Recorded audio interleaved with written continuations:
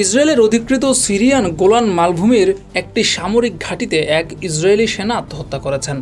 নিহত ওই সেনা ফিলিস্তিনের অবরুদ্ধ গাজা উপত্যকায় গণহত্যায় অংশ নিয়েছিলেন। গত 10 দিনের মধ্যে এ নিয়ে তৃতীয় কোনো ইসরায়েলি সেনা আত্মহত্যা করল বলে জানিয়েছে ইসরায়েলি বাহিনী। সোমবার এক বিবৃতিতে ইসরায়েলি সেনাবাহিনী জানায়, ওই সেনাকে মৃত অবস্থায় পাওয়া গেছে, তবে বিস্তারিত কিছু জানানো হয়নি। স্থানীয় টেলিভিশন 12 এর খবরে বলা হয়, ওই সেনা নাহাল ব্রিগেডের সদস্য ছিলেন এবং গাজায় ইসরায়েলের সামরিক অভিযানে অংশ নিয়েছিলেন। এদিকে গাজা উপত্যকায় ট্যাঙ্ক বিস্ফোরণে দখলদার ইসরায়েলের 3 সেনা নিহত হয়েছেন। সোমবার সন্ধ্যায় গাজার উত্তরাঞ্চলে এই ঘটনা ঘটে।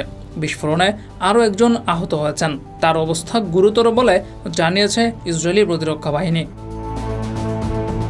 তবে ঠিক কী কারণে ট্যাঙ্ক বিস্ফোরণের এমন ঘটনা ঘটল সেটি নিরূপণের চেষ্টা করছে আইডিএফ। তবে ধারণা করা হচ্ছে সেনাদের ভুলের কারণে এই বিস্ফোরণ ঘটে থাকতে পারে। জিয়াউর রহমান, যুগের চিন্তা, নিউজ ডেস্ক।